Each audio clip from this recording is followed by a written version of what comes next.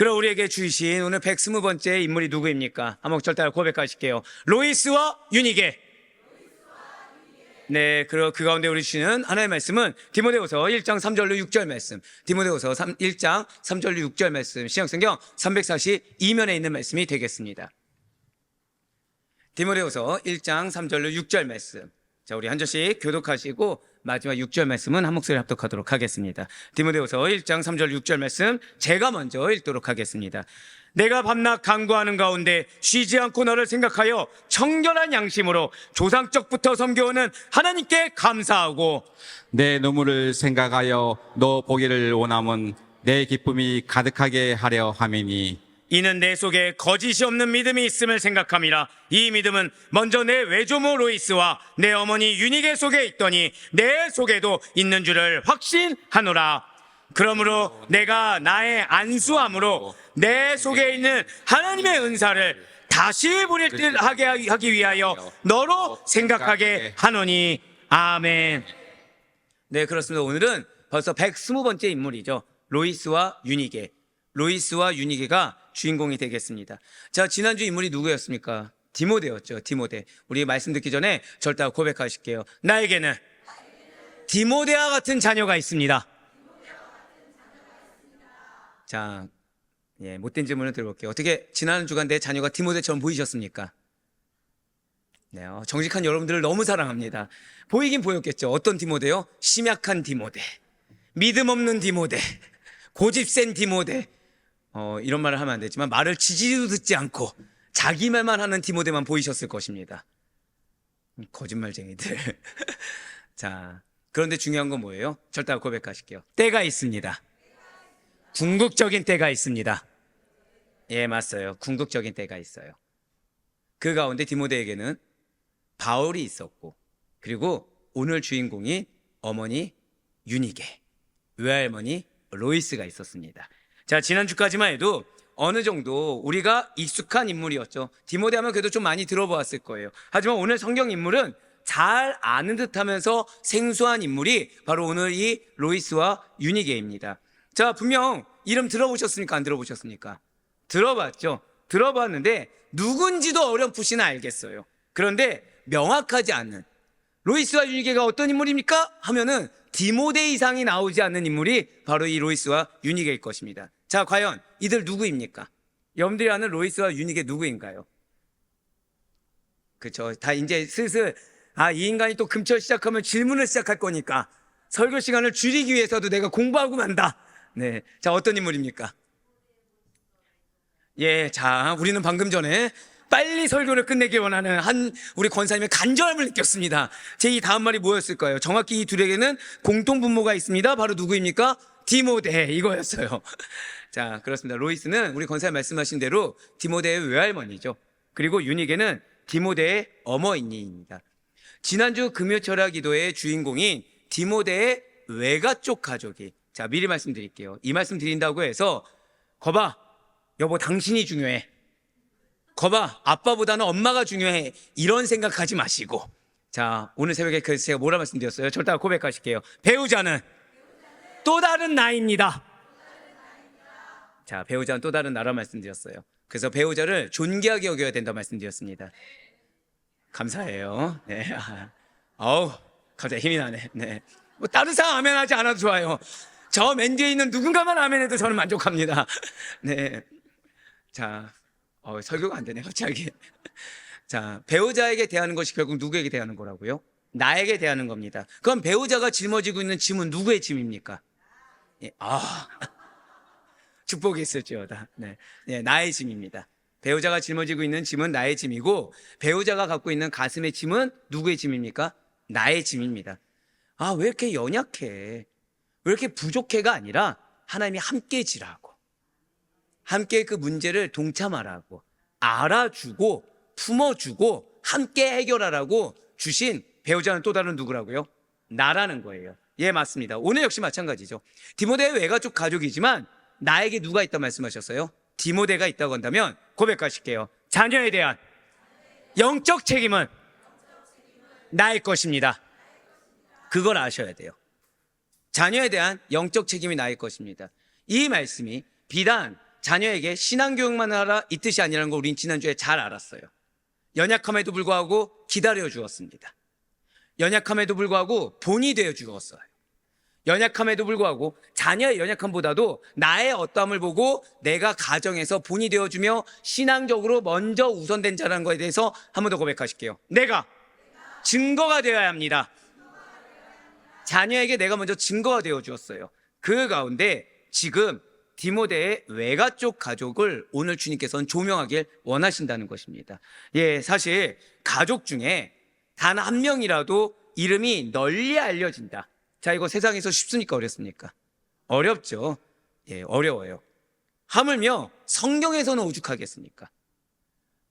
마찬가지로 어렵다라는 말로도 부족한, 거의 굉장히 불가능에 가까운 일이 가족 중에 한 명이라도 성경에 이름이 올려지는 것입니다. 가족 중에 한 명이라도 이 시대 가운데 이렇게 생각하시면 돼요. 이 시대 가운데 믿음이 제일 좋은 인물 하면 누가 생각나는 거예요?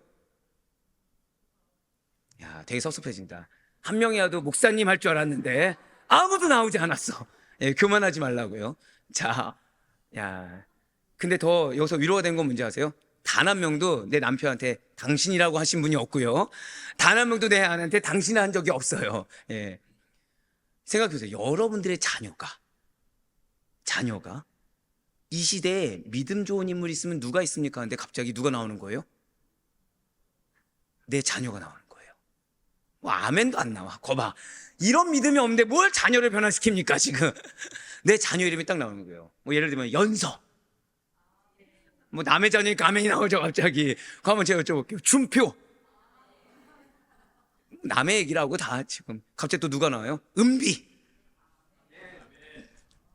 야, 이 은비가, 예, 여러분들 제가 미리 말씀드리지만 어떤 딸의 이름도 은비고 어떤 며느리 이름도 은비입니다.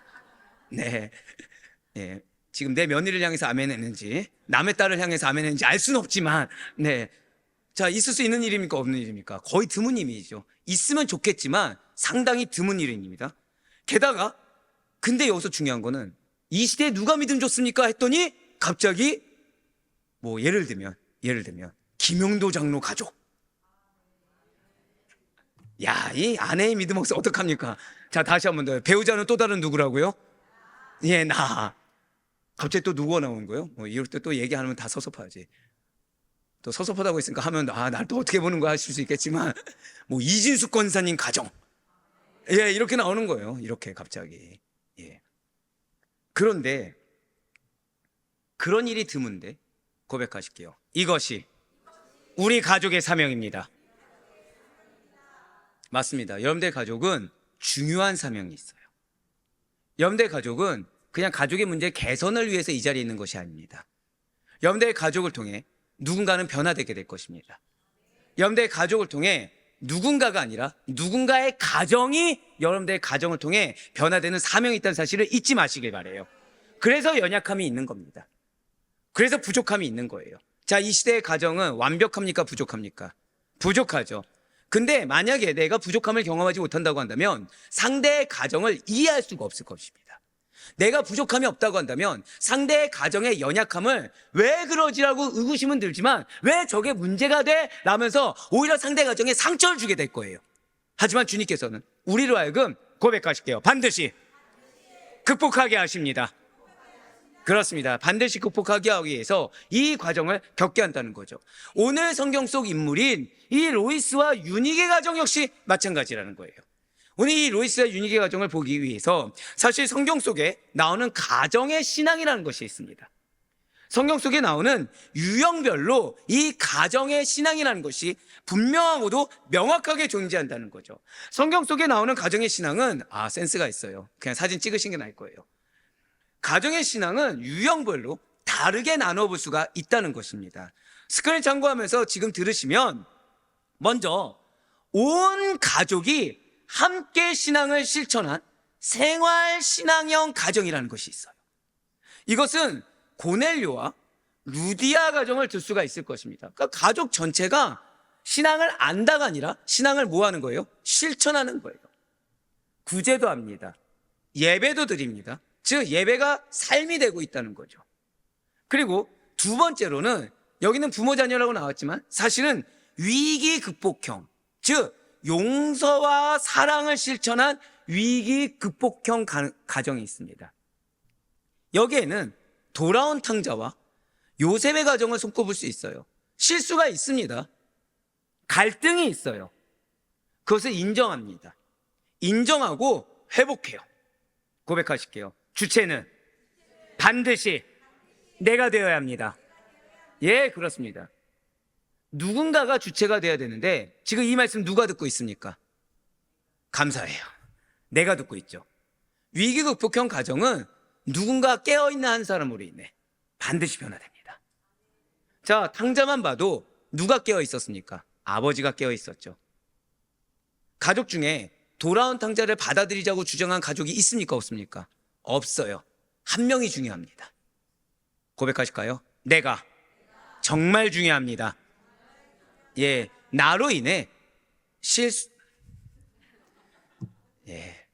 다시 나로 인해 감사해요. 아멘이 다 같이 나와주셔서 나로 인해 가족에 실수 있을 수 있어요. 갈등이 있을 수 있습니다. 근데 갈등이 뭐냐가 중요하지 않아요. 누가 무슨 실수했냐가 중요하지 않습니다. 고백하실게요. 누가 용서하였는가? 누가 사랑으로 품어주었는가? 누가 화해의 도구인가? 이게 가장 중요한 거예요. 우리가 되어야 된다는 거죠. 예, 맞습니다. 두 번째로는 바로 이 위기 극복형 가정이 있습니다. 세 번째로는 부부가 함께 예수 그리스도를 섬긴 바로 부부 신앙 연합형 가정이 있을 수 있습니다.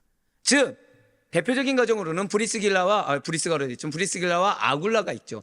부부가 동역자예요. 가정이 사역의 중심이 되어 있습니다. 자녀가 따라올 수 있습니까? 없습니까? 따라올 수 있을 수도 있고 없을 수도 있습니다. 근데 그 어떠함에 중요하게 따르지 않고 부부가 늘 항상 누구를 보는 거예요? 함께 하나님을 보는 거예요. 어떤 환경의 어떠함을 보지 않고 뭐 부모가 어떠냐, 형제자매가 어떠냐, 내 자녀가 어떠냐를 보지 않고 최소한 부부가 뭐가 되고 있는 거예요? 동역자가 되어주고 있는 겁니다. 가정을 사역의 중심으로 삼아서 가정에서부터 사역을 실천한다는 것이죠. 우리 아들 보이가 추구하는 것이 무엇이에요? 최소한 부부신앙 연합형이 돼야 되는 겁니다. 최소한 위기 극복형 가정으로 본이 돼야 되는 것입니다. 궁극적으로 생활신앙형으로 나아가야 돼요. 그러기 위해서는 무엇이 돼야 됩니까? 바로 마지막으로 오늘 나온 부모, 자녀, 신앙 전달형이 있습니다. 로이스와 유닉의 가정이에요. 방해가 있을까요? 없을까요? 있을 수 있습니다. 방해가 있을 수 있어요. 위선적인 모습이 있을 수 있습니다. 부부가 따로 국밥처럼 누군가는 신앙이 좋지만 누군가는 신앙이 아예 없을 수도 있습니다. 또는 부부가 얼핏 봤을 땐 신앙 연합형인데 어떤 모습이 있어요? 이중적인 모습이 보여질 수도 있습니다. 하지만 궁극적으로 한번 고백하실까요? 부모가 먼저 변화되어야 합니다. 그래서 신앙의 모범이 되는 거예요. 그래서 자녀에게 삶으로 신앙의 교육이 되는 겁니다. 말로도 중요하지만 부모가 먼저 신앙이 무엇인지를 몸소 실천해 보여주는 거예요. 바로 로이스와 유닉의 가정이 그러합니다. 그렇습니다.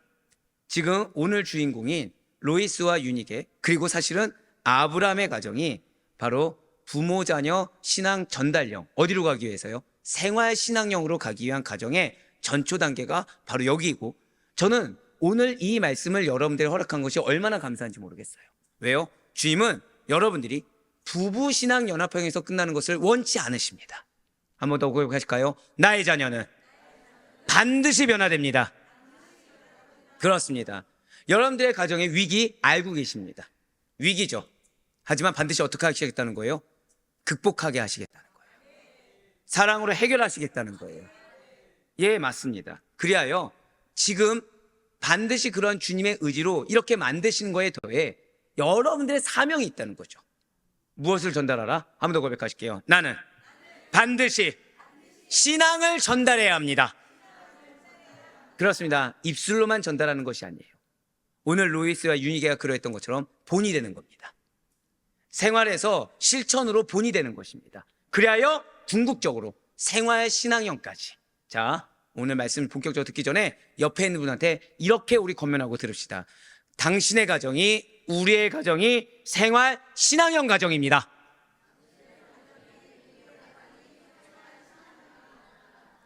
여러분들 기도는 명확해야 돼요. 기도는 명확해야 됩니다. 자, 이제 오늘부터 여러분들의 가정의 기도는 뭐가 돼야 되는 거예요? 우리의 가정은 생활 신앙형 가정이 돼야 됩니다. 부부가 서로 기도할 땐 뭐가 돼야 되는 거예요? 우리가 최소한 연합해야 됩니다. 신앙적으로 하나 돼야 됩니다. 자녀를 위해서는 뭘 해야 되죠? 우리 자녀 이게 문제 있어, 이게 고쳐줘야 돼, 이게 개선돼야 돼, 이것이 아니라 자녀에게 신앙이 전달되길 원합니다. 이 기도가 나와야 된다는 거예요. 여러분들의 가정의 궁극적인 목표는 어디라고요? 한 번 더 고백하실게요. 생활 신앙형. 그걸 잊지 마시길 바래요. 이 가정 가운데 여러분들이 생각했을 때 어떠한 가정의 신앙 유형에 우리 가정은 지금 속해 있습니까? 부가 아름답게 지금 동역함으로 주변의 칭찬과 부러움을 사고 계십니까? 아니면 가족 전체가 신앙을 실천하고 계십니까? 사실 우리들이 믿음의 아버지라고 부르는 이 아브라함, 자녀에게 신앙을 잘 전달했다고 하던 이 아브라함 역시도 가족 전체가 잘 믿었던 것은 아니라는 거예요. 자, 이제 전화해 주셔도 됩니다. 아브라함의 조카인 룻을 보면 그는 어디에 이끌렸다고 들으셨죠? 세상적인 가치에 이끌렸어요.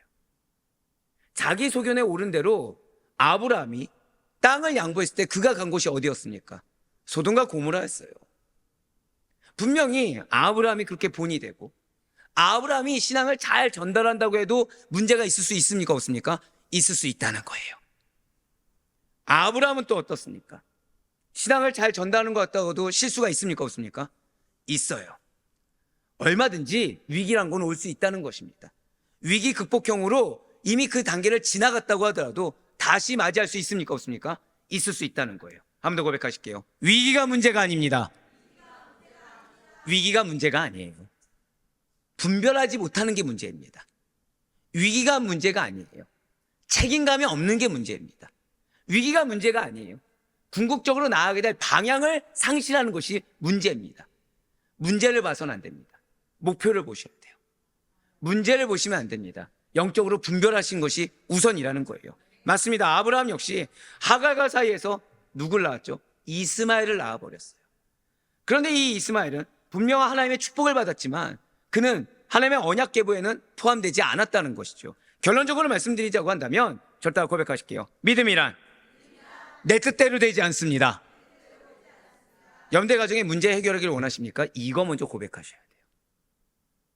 믿음은 내 뜻대로 되는 것이 아니라 오늘 찬양이 너무 감사해요. 은혜로 되는 것입니다. 그럼 나는 어떤 자로 서 있어야 돼요? 내 뜻대로 움직이는 자. 종교적으로 신앙적으로 한다고 하면서 사실은 내 뜻대로 내 계획대로 내 방향대로 이끄는 자가 아니라 은혜 위에 서 있는 자로서 본이 되셔야 돼요. 그래서 오늘 성경 인물의 주인공인 로이스와 유니게의 경우가 특별한 은혜로 다가올 수 있고 여러분들에게 실제가 될 수 있다는 거예요. 못된 질문 드려볼게요. 여러분들 가정 문제 있습니까? 없습니까? 이 질문은 두 가지 중에 하나겠죠. 첫 번째, 굉장히 순적하든가. 두 번째, 빨리 기도 시간 넘어가자. 예, 문제가 있죠.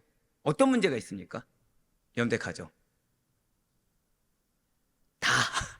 다. 신앙에 문제가 있을 수 있어요. 물질에 문제가 있을 수 있어요. 관계에 문제가 있을 수 있고, 네, 부모 관계인데도 문제가 있을 수 있죠. 또는 문제가 없는 것 같은데 왜 편하지가 않을 수도 있습니다. 다 나름의 역할을 감당하는 것 같은데 어떻다고요? 편하지가 않은 거예요. 여러분들 잘 아신 바와 같이 유니게, 오늘 로이스가 유니게를 통해서 은혜 받고 확신하고 있는데 이 유니게의 남편은 어떠한 인물입니까? 기억하고 계십니까? 유니게의 남편 어떤 인물이죠? 유니게는 유대인입니다. 헬라인이죠. 이방인이었습니다. 그것도 헬레니즘에 푹 빠진 자.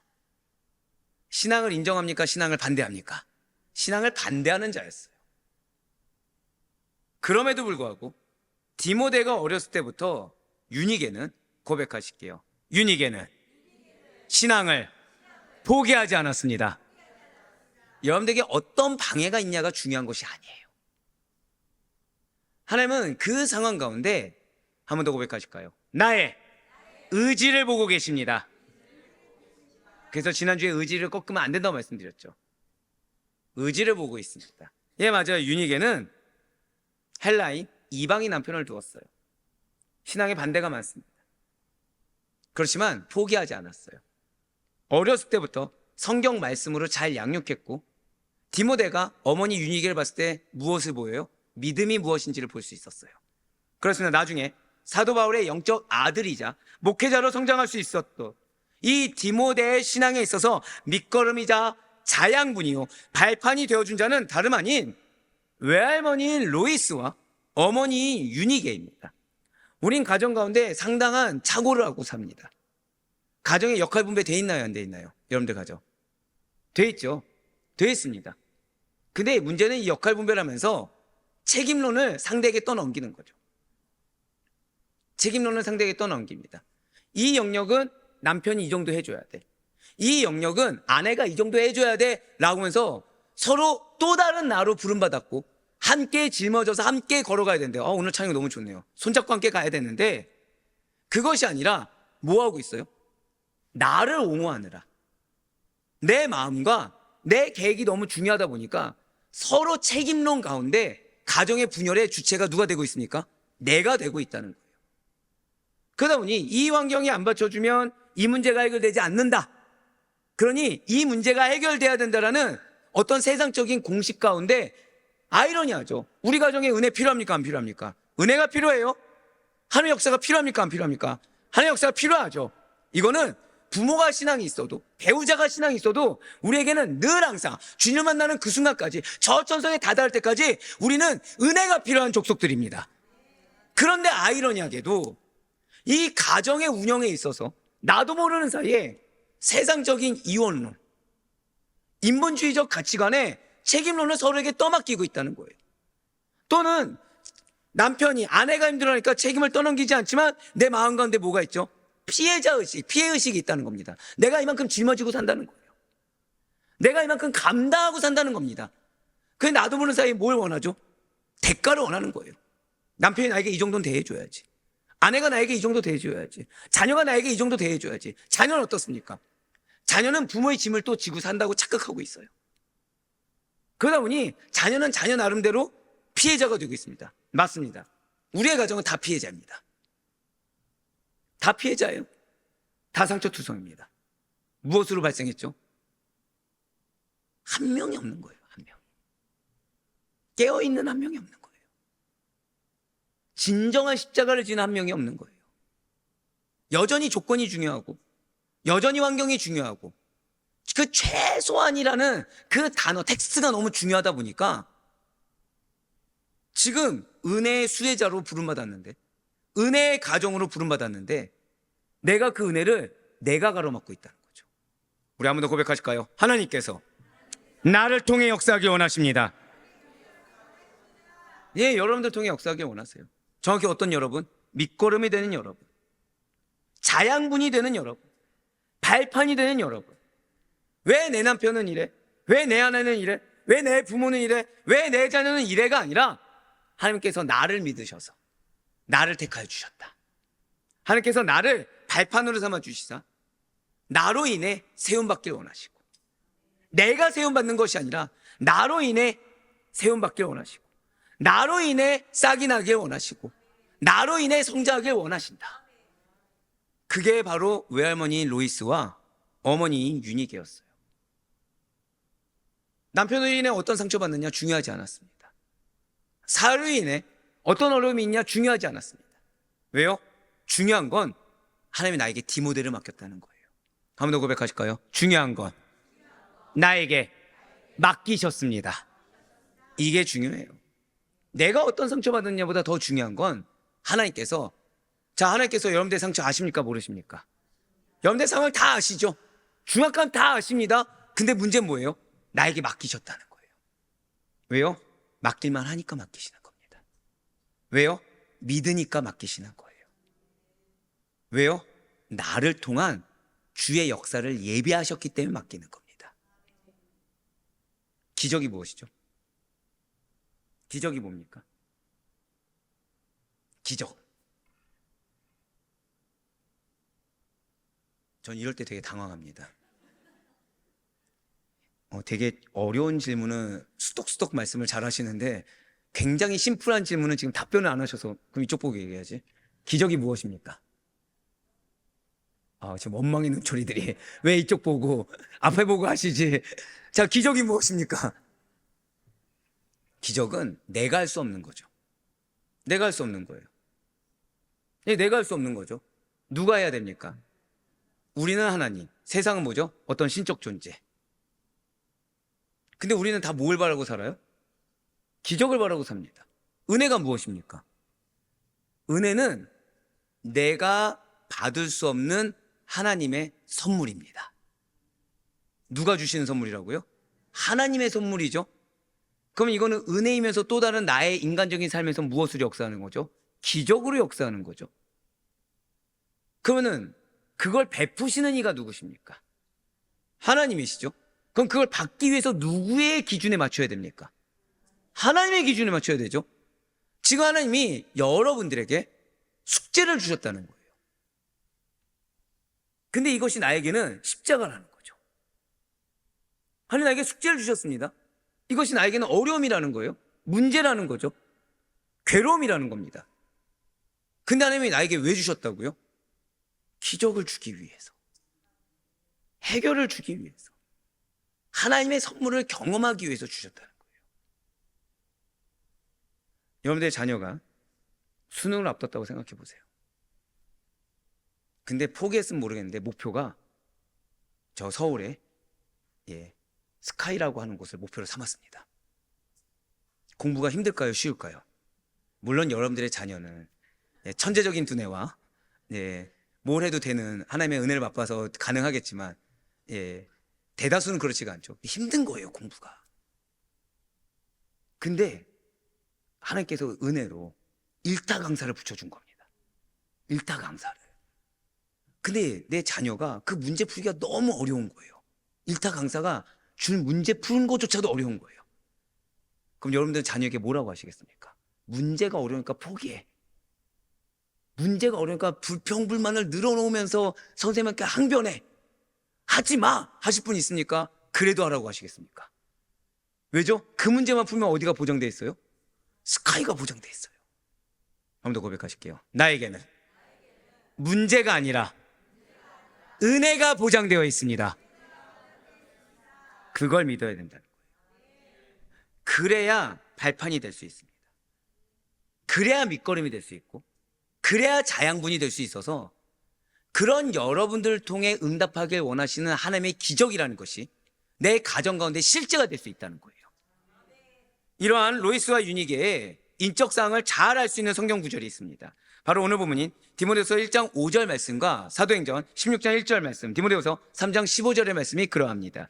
이는 내 속에 거짓이 없는 믿음이 있음을 생각함이라. 이 믿음은 먼저 내 외조모 로이스와 내 어머니 유기니 속에 있더니 내 속에도 있는 줄을 확신하노라. 바울이 더베와 루스드라에도 이름에 거기 디모데라는 제자가 있으니 그 어머니는 믿는 유대 여자요 아버지는 헬라인이라. 또 어려서부터 성경을 알았나니 성경은 능히 너로 하여금 그리스도 예수 안에 있는 믿음으로 말미암아 구원에 이르는 지혜가 있게 하느니라. 아멘.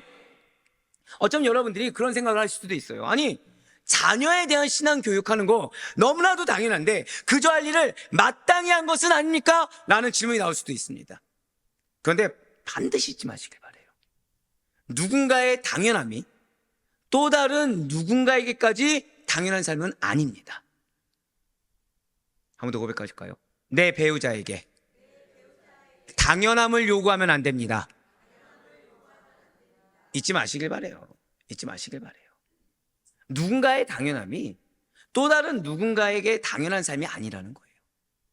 그 누구에도 그 무엇도 당연한 것은 없습니다.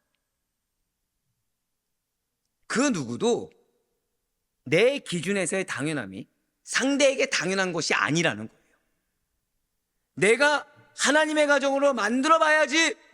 여러분들 결단하셨습니까? 안 하셨습니까? 다 하셨어요. 결혼했을 때 나는 작정하고 불신자 가정이 되겠다. 나는 작정하고 세상 속으로 빠져들어 보겠다. 있으십니까? 없으십니까? 나는 작정하고 맨날 남편과 아내와 싸워보겠다.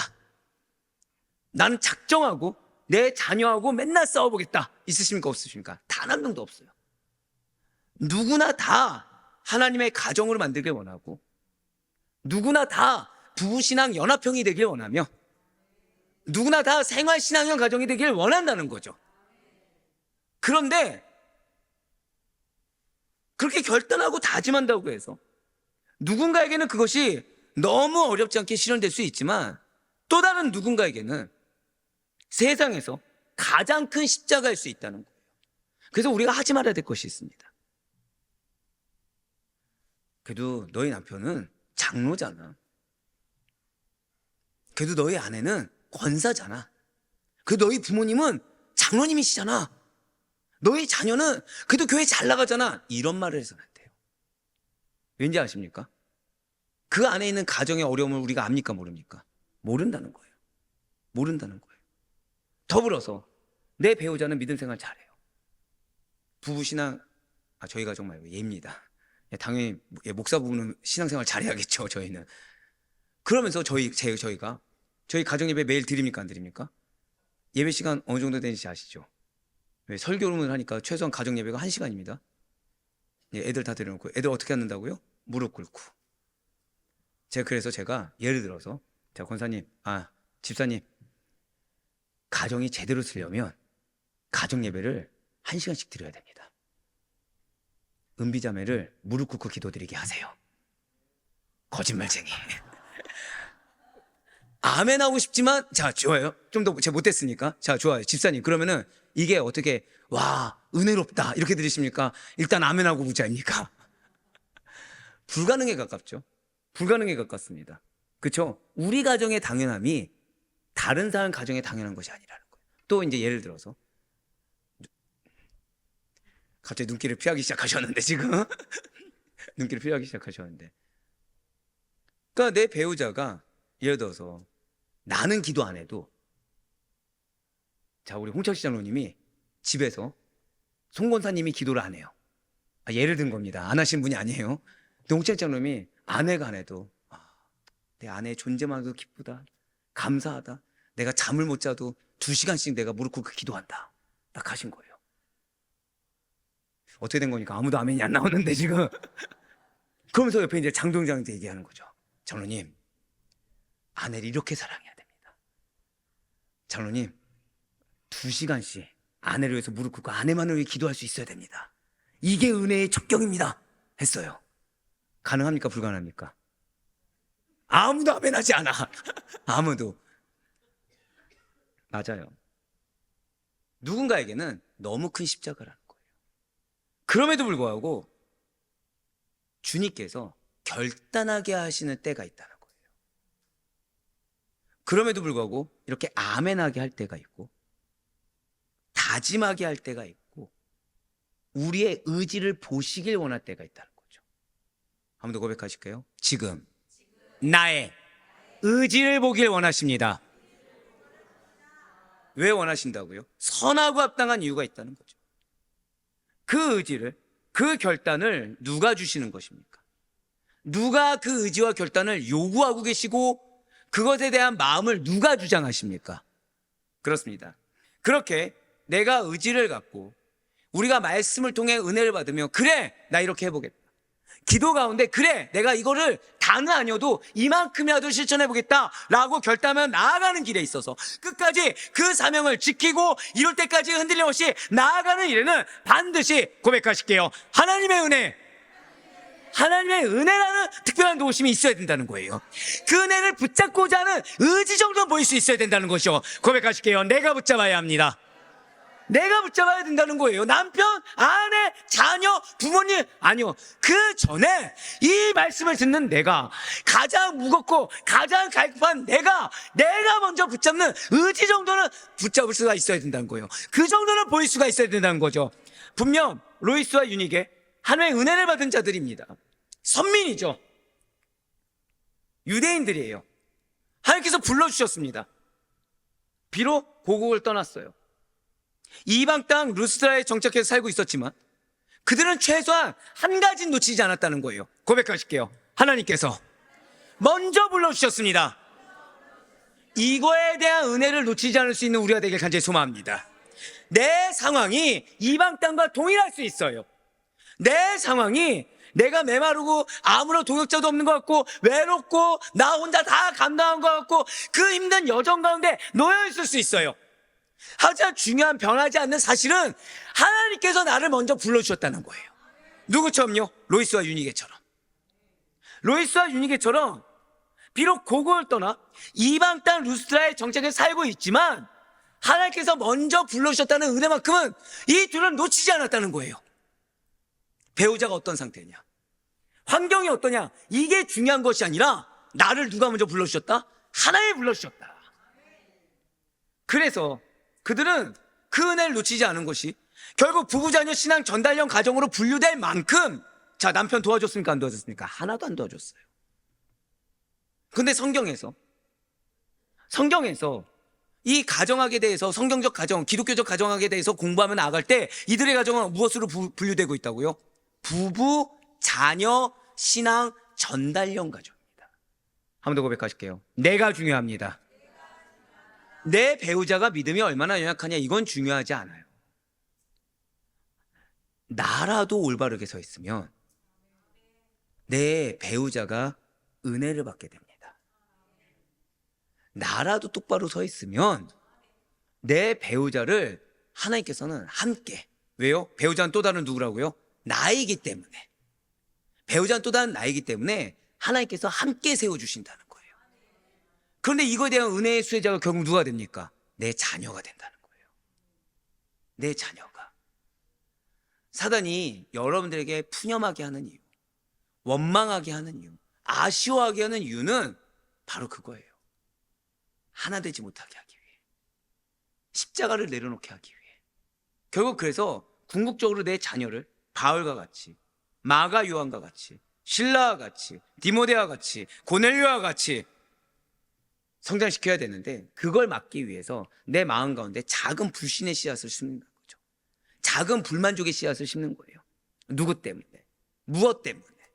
버려야 돼요. 왜요? 로이스와 유니게는 환경이 받쳐주지 않았습니다. 배우자가 받쳐주지 않았어요. 그럼에도 불구하고 부부 자녀 신앙 전달령 가정으로 분류된 만큼 자녀 교육에 성공한 모범적인 유대인 모녀로서 우리에게 본이 되고 있다는 것입니다. 이들의 이름의 뜻을 잠깐 살펴보면 사실 이 로이스의 어원은 확실치가 않아요. 아무리 찾아봐도 없어요. 하지만 유니게는 조은을 뜻하는 유와 정복, 승리를 뜻하는 니케가 합성된 말로써 승리를 거둔, 또는 절대 고백하실까요? 선한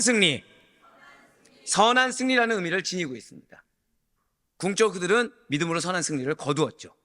이러한 로이스와 유니게가 살던 시대는, 이 시대를 좀 알아야 이들이 얼마나 큰 일을 행했는지를 알 수가 있습니다. 가이사 아우구스투스 옥타비아누스가 폼페이우스를 물리칩니다. 이후 로마는 세계 패권국이 되고 팍스 로마나, 즉 로마의 평화의 절정에 이르렀을 때예요.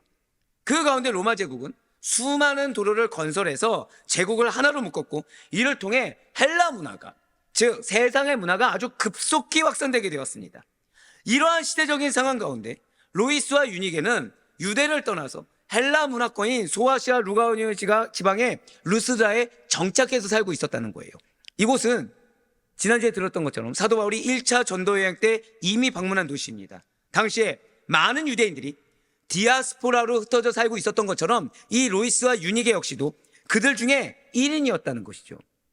이렇게 사도 바울의 1차 전도 여행 시에 방문했음을 증거해주는 성경 구절이 있어요.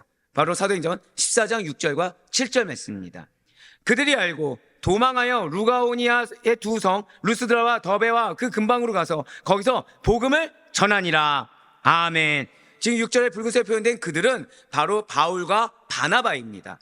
진실로 바울과 바나바는 이고니온이라는 지역에서 복음을 전하던 중에 유대인들과 이방인들에게 극심한 박해를 당할 위기에 처해요. 그 박해를 당할 위기 앞에서 그들은 도망치고 사역을 중도에 멈추는 것을 결코 선택하지 않았습니다. 오히려 박해자들과의 불필요한 충돌을 피하고 이 복음 사역을 이어가기 위해서 루가오니아 지방의 두 도시, 바로 루스드라와 더베 그리고 주변 마을로 이동했다는 거예요. 무엇을 위해서요? 사역을 위해서. 이때 바울과 바나바는 맞습니다. 두려워서 도망친 것이 아니에요. 목숨을 위해서 도망친 것이 아니에요. 사명을 위해서, 사명을 온전히 수행하기 위해서 지혜로운 결정을 내렸다는 것이죠. 바로 이때 디모데가 개종했다라고 수많은 신학자들이 바라보고 있습니다. 그런데 이렇게 디모데가 이 사도 바울이 방문한 이 1차 전도 여행 이 시기에 개종하기까지 외할머니 로이스와 어머니 유니게의 신앙 전수가 디모데의 신앙을 형성하는 데 있어서 매우 크게 기여했다는 거죠. 여러분들 혹시 기억하고 계십니까? 디모데가 1차 전도 여행을 회심하기 전까지 어떤 상태인지 다 기억하시죠? 자, 그러고서 제자라고 인정받기까지 얼마나 걸렸습니까? 그거예요. 한 번 더 고백하실까요? 절대로 헛되지 않습니다. 지금 시간은 헛된 시간이 아니에요. 아무리 신앙교육을 해도 결론부터 말씀드리면 디모데에게는 신앙교육의 결과가 보이지 않았습니다. 삶이 바뀝니까? 안 바뀝니까? 안 바뀌어요. 이 심약한 성품, 눈치 보는 성품, 이렇게 뭐 하나를 굳건하게 의지를 갖고 하지 못하고 왔다 갔다 하는 성품이 바뀝니까? 안 바뀝니까? 신앙교육을 했는데 바뀌지가 않아요. 여전히 심약합니다. 여전히 신앙적이지 못합니다. 왜요? 또 아버지의 영향이 있으니까. 그럼에도 불구하고 내린 신앙교육이 때가 이름에 빛을 발하기 시작한다는 거죠. 맞습니다. 한 번 더 고백하실까요? 절대로 헛되지 않습니다. 헛되지 않은 때가 있다는 거예요. 비록 유니게가 이방인인 헬라 사람과 결혼해서 이방 땅인 루스드라에서 살고 있는 거 맞습니다. 그들이 우리가 오늘날 봤을 때 여러분들 어떻게 신앙 있는 거 감사하십니까? 거짓말쟁이들. 감사하다고 하지만 십자가는요? 이게 현실. 자, 믿는 자에게는 고난의 면류관이 있습니다. 십자가가 있습니다. 다 알고 계시죠? 자, 다시 한번 여쭤볼게요. 어떻게 부르심 받은 걸로 감사하십니까? 머리로는 감사한데 이 십자가 앞에서는 감사하지 않은 거예요, 사실은. 근데 보세요. 이들은 은혜가 뭐밖에 없었다고요? 먼저 선택받은 선민이다. 이거엔 없어요. 형편은 어떻습니까? 마가 요한은 잘 살기라도 했지. 바나바는 잘 살기라도 했죠. 디모데는요? 부유했다는 기록이 있습니까? 없습니까? 하나도 없어요. 이들의 은혜는 뭐밖에 없다고요? 고백하실게요. 나는 그리스도인입니다. 아무런 은혜가 없어요, 나머지는. 근데 그들은 믿음을 유지했다는 거예요. 내 현실은 그냥 나는 하나님 부르신 선민이다, 이거밖에 없고, 내 남편은 여전히 믿음도 없고, 내가 살고 있는 지역에 믿음은커녕 다 세상적인 사람들밖에 없고, 나에게 있는 이 아들 하나는 여전히 내가 지금 신앙교육하는 만큼의 어떤 결실도 없는데, 그럼에도 불구하고 이 유니게와 그의 어머니 로이스는 하나님을 온전히 믿는 믿음을 유지하고 있었다는 것이죠. 한 번 더 고백하실까요? 내가 믿음으로 굳건히 서 있어야 합니다. 맞아요. 바울이 디모데에 대해서 생각할 때마다 감사했던 것은 비록 디모데가 반쪽만 유대인이었음에도 불구하고 순수한 사도 바울과 마찬가지로 하나님에 대한 신앙을 가지고 있었다는 것입니다. 그렇습니다. 디모데의 신앙은 사도 바울의 감사의 제목이었습니다. 바울의 감사 제목이 무엇이었다고요? 디모데의 신앙이었어요. 여러분들의 가정의 감사의 제목이 뭐가 되는지 아십니까? 신앙이 있다는 걸로, 하나님을 안다는 걸로. 근데 그걸 누가 전수했다고요? 로이스와 유니게가 전수했습니다. 앞서 말씀드렸죠. 로이스와 유니게가 신앙을 전수할 때만 해도 디모데에게 어떤 신앙적인 면이 보입니까? 안 보입니까? 안 보여요. 근데 궁극적으로 때가 이름에 바울의 인정을 받을 정도로, 바울이 감사할 정도로 디모데의 신앙은 맞습니다. 어디서 갑자기 뚝 떨어진 것이 아니에요. 신실하게 하나님을 믿고 있었던 이 로이스와 유닉으로부터 전수받은 것입니다. 예, 맞아요. 비록 이방인과 결혼을 했습니다. 할례와 같은 유대교의 외적인 전통을 그대로 따르지 않았을지라도 하나님을 향한 신앙만큼은 결코 저버리지 않았다는 거예요. 이토록 로이스와 유닉에는 하나님에 대한 섬김과, 자, 섬기는 환경이 됩니까 안 됩니까? 안 됩니다. 섬기는 환경이 안 됨에도 불구하고 하나님에 대한 섬김과 기독교 신앙을 지녔을 뿐만 아니라 그것을 디모데에게 늘 항상 온전히 전수해 주었어요. 신앙이 무엇인지 계속해서 본이 되었습니다. 그 입술 가운데 뭐만 나왔다고요? 신앙만 나왔습니다. 말씀만 나왔습니다. 말씀 나온 자였다가 삶의 실천으로 본이 되어줬어요. 이들은 이방 땅에 살면서도 신앙의 순수함을 잃지 않았으며 디모데에 대한 기독교 신앙 교육에도 조금도 소홀히 하지 않았다는 거죠. 자녀의 변화 중요합니까? 안 중요합니까? 보이지 않아도, 고백하실게요. 보이지 않아도 포기하지 말아야 합니다. 바로 그거였어요. 보이지 않아도 포기하지 않았어요. 내가 지금 밑빠진 독에 물 붓기 하는 것처럼 보여지지만 그래도 포기하지 않았어요. 잊지 마세요. 여러분들은 지금 내가 하고 있는 것이 밑빠진 독에 물 붓기처럼 느껴질 수 있습니다. 어쩜 내가 지금 뭔가 변화를 줘야 되나? 라고 생각될 정도로 지금 내가 헛된 노력을 하는 것은 아닌가? 라고 생각될 수도 있어요. 하지만 하나님께서 사명을 주셨다면, 하나님께서 그 위치에 놓이게 하셨다고 한다면 나의 어떠한 기쁨과 즐거움, 나의 어떠한 적극적인 거와 별개로 그 일은 절대 헛되지 않아요. 반드시 개화할 날, 꽃이 만발할 날이 오게 됨을 잊지 마시길 바라요. 오늘 본문인 디모데후서 1장 3절 말씀을 보도록 하시겠습니다. 내가 반낮 간구하는 가운데 쉬지 않고 너를 생각하여 정결한 양심으로 조상적부터 섬겨오는 하나님께 감사하고. 아멘. 자, 지금 사도 바울은 디모데가 하나님에 대한 믿음을 가지고 있던 사실에 감사하고 있습니다. 지금 디모데의 어떠함이 감사함이 아니라 그냥 믿음을 가지고 있다는 사실 하나만으로, 이렇게 나의 신앙이 누군가의 감사 제목이 된다라는 거에 대해서 어떻게 생각하십니까? 자, 내가 믿는 거 누가 줬습니까? 내가 좋은 거지 왜 남이 내 믿음이 좋은 것에 감사하는 것입니까? 라고 질문하실 분이 있을 수도 있을 거예요. 하지만 잊지 마셔야 될 것이 있습니다. 잘 기억하셔야 돼요. 내 신앙은 내 신앙, 너의 신앙은 너의 신앙, 이렇게 개별적으로 혼자 믿고 잘 살다 보면 언젠가는 모두가 다 믿게 되고 온 세상이 다 믿게 되겠지라는 아니라면 큰 착각입니다. 우리는 절대 나홀로 신앙을 지킬 수 있는 존재가 아니에요. 맞아요. 어쩌면 지금 내가 내 가정의 유일한 신앙의 소유자일 수 있습니다. 나라도 신앙을 지켜야 될 수 있어요. 근데 이것이 나라도 신앙을 지킨다 해서 끝나서는 결코 안 된다는 거예요. 나에게 신앙을 주신 이유는 가정에 비전이 있기 때문인 것입니다. 나에게 신앙을 주신 이유는 나의 배우자든 부모님이든 형제자매든 자녀든 비전이 있기 때문에 나에게 신앙을 주신 것이고, 그래서 궁극적으로 나홀로 신앙으로 끝나지 않게 하신다는 사실을 잊지 마시길 바라요. 그래서 스스로를 너무 믿어서는 안 됩니다. 나의 믿음을 절대 과신해서도 안 돼요. 분명 하나님께서는 예수 그리스도 안에서 일치와 연합을 이루라 라고 교회와 성도들에게 명하셨습니다. 고백하실까요? 일치와 연합을 이루어야 합니다. 작은 것에서부터 노력해가면서 하나하나 실천해가면서 가정의 신앙의 일치와 연합을 이루기 위해서 한 발자국씩 뗄 수 있어야 됩니다. 분명 디모데의 신앙은 뿌리가 있었어요. 마치 사도 바울이 자기 자신도, 자 3절에 붉은색 표현된 부분을 다시 한번 더 보시길 바라요. 지금 뭐라고 얘기합니까? 청결한 양심이죠.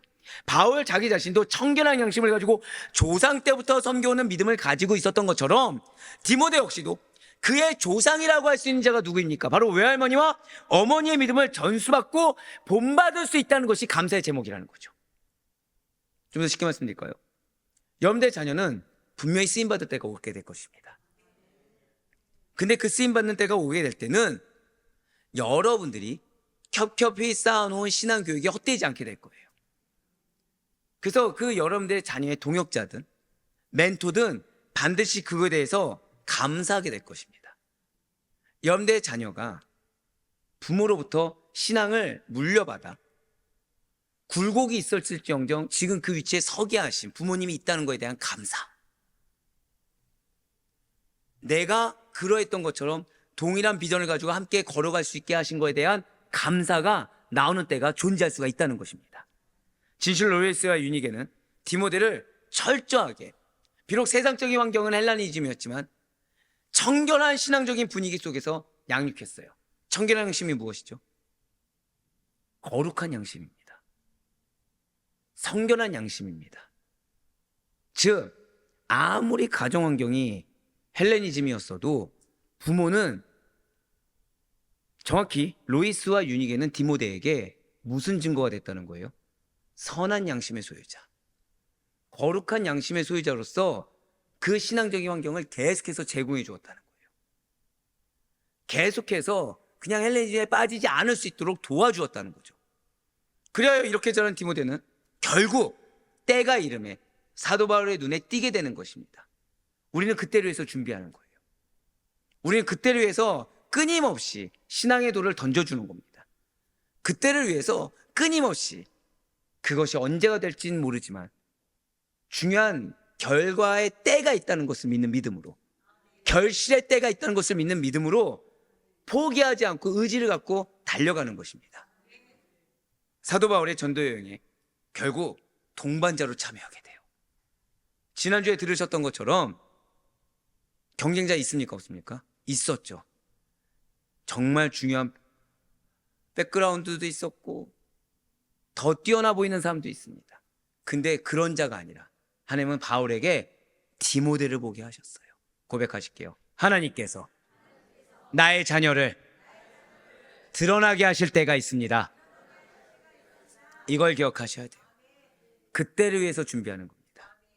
그래서 여러분들이 염대의 자녀에 대해서 그 가치를 알아줘야 돼요.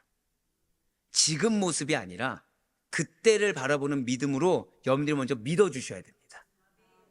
지금 신앙이 연약할 수 있어요. 지금 세상적으로 연약해 보일 수 있습니다. 마음적으로 연약해 보일 수 있습니다. 그게 중요하지 않아요. 하나님이 보내셨습니다. 이게 가장 중요해요. 이게 감사의 제목이고 이것이 여러분들에게 승리의 비결됨을 잊지 마시길 바라요. 예, 맞습니다. 또한 로이스와 유니게는 지금 이렇게 사도 바울이 디모데를 동역자로 데려오고 할 때 그것을 흔쾌히 허락하였어요. 이게 왜 대단한 일일까요? 사도행전 16장 3절 말씀 보시겠어요? 바울이 그를 데리고 떠나고자 할새 그 지역에 있는 유대인으로 말미암아 그를 데려다가 할례를 행하니 이는 그 사람들이 그의 아버지는 헬라인인 줄 다 알미러라. 아멘. 자, 지금 붉은색으로 표현된 분을 보시길 바라요. 그의 아버지는 헬라인인 줄 다 알았다라고 나와 있어요. 이것은 과거에 디모데의 아버지가 생존했을 당시에 헬라인인 줄 알려졌다라는 것을 의미합니다. 그러니까 이건 좀 원어로 볼 의미가 있어요. 지금 제가 어떻게 표현드렸죠? 지금 아버지가 헬라인인 줄 다 알았습니다. 이게 아니라 과거에 디모데의 아버지가 생존했을 당시에 헬라인으로 알려졌다입니다. 이거는. 자, 그렇기 때문에 지금 디모데가 사도 바울을 따라 제2차 전도여행을 떠났을 당시에 아버지가 살아있다는 얘기입니까? 생존하지 않다는 얘기입니까? 죽어있다는 얘기예요. 생존하지 않았다는 얘기예요. 그렇습니다. 지금 디모데의 아버지가 언제 디모데와 유니게의 곁을 떠났는지 명확한 시기를 알 수는 없어요. 그러니까 아버지임에도 불구하고, 디모데의 아버지임에도 불구하고 하나님께는 그 정도의 비중이 아니었던 거죠. 하지만 적어도 디모데가 바울의 선교 동역자로 파송될 당시에는 디모데의 아버지는 생존해 있지 않았다는 것입니다. 자, 그럼 지금 이 가정은 어떤 상태입니까? 남자 있습니까? 없습니까? 예, 맞아요. 집안에 가장이 없는 상태예요.